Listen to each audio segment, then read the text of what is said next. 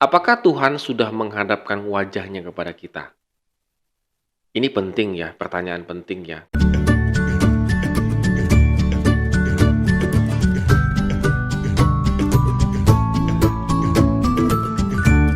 Shalom Good Readers, kita bersyukur Tuhan tetap berkarya dalam kehidupan kita, tetap menyertai kita, sehingga hari ini kita boleh melakukan segala aktivitas kita, dan kita kembali akan merenungkan firman Tuhan di Mazmur pasal yang ke-80. Tetap semangat ya membaca firman Tuhan. Hari ini kita belajar untuk berefleksi ya, Good Readers ya, bahwa kalimat-kalimat yang diutarakan oleh pemazmur 80 ini menunjukkan bagaimana Tuhan itu memalingkan wajahnya dari bangsa Israel. Ayat 4, 8, dan 20 itu ada satu kalimat yang sama. Pulihkanlah kami, buatlah wajahmu bersinar, maka kami akan selamat. Jadi kalau kita datang kepada Tuhan beribadah setiap hari Minggu, maka kita akan diberkati oleh pendeta, dan pendeta akan berkata, Tuhan menghadapkan wajahnya kepadamu.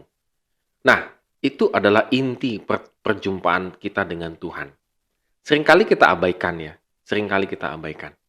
Kita akan lihat ada 3 bagian yang pemazmur utarakan. Yang pertama adalah pemazmur menyatakan permohonannya karena Allah adalah gembala sekaligus raja yang bertakhta atas kerubim gitu ya. Ia berdaulat penuh atas hidup mereka, tidak ada sumber pertolongan selain Allah. Ini di bagian yang pertama dia ungkapkan bagaimana Tuhan itu adalah gembala. Dan yang kedua adalah pemazmur meyakini bahwa oleh murka Tuhanlah mereka mengalami semua penderitaan ini, ayat 5 dan 7. Oleh karena itu hanya pengampunan Tuhanlah yang dapat melepaskan kesusahan mereka. Jadi Tuhan adalah Raja, Gembala, dan juga Maha Pengampun. Bagian yang ketiga, pemazmur menggunakan ilustrasi pohon anggur untuk menggambarkan bagaimana Tuhan telah melepaskan Israel dari perbudakan Mesir dan membawa serta ke tanah perjanjian supaya mereka bisa hidup, bisa berkembang gitu ya, bisa mempunyai keturunan dan seterusnya. Di ayat 9 sampai yang ke-12. Akan tetapi Tuhanlah yang melanda mereka dengan menyerahkan mereka ke tangan musuh. Artinya mereka benar-benar kebun anggurnya itu ya sebagai sebuah perumpamaan itu dirusak, kemudian dibakar, ayat 13 sampai dengan 17. Oleh karena itu pemazmur meminta kepada Tuhan supaya Tuhan kembali melihat kebun anggurnya. Itu kan artinya melihat kembali umat Israel. Supaya mereka dapat menyatakan kesetiaannya lagi kepada Tuhan. Ayat 18 sampai dengan yang ke-19. Jadi artinya Good Readers, di sini kita belajar refleksi. Refleksinya adalah, apakah Tuhan sudah menghadapkan wajahnya kepada kita? Ini penting ya, pertanyaan penting ya. Kita seringkali hidup, beraktivitas, jualan, bisnis, bekerja, sekolah, kuliah, dan seterusnya, tidak pernah memikirkan apakah Tuhan menghadapkan wajahnya kepada saya pada hari ini atau membelakangi saya.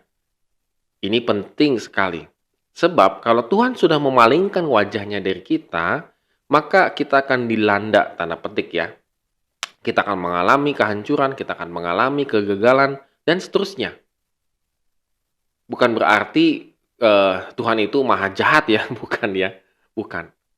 Artinya, kalau kita melakukan apapun di luar dari kehendak Tuhan, itu pasti kegagalan yang kita jumpai. Jadi hari ini kita akan berefleksi, apakah Tuhan itu sudah menghadapkan wajahnya kepada saya atau belum? Kalau belum, kenapa? Kalau kita merasa kayaknya belum ya, kita harus merefleksikan diri. Jangan-jangan memang banyak sekali perbuatan dosa yang belum kita akui dengan tulus di hadapan Tuhan.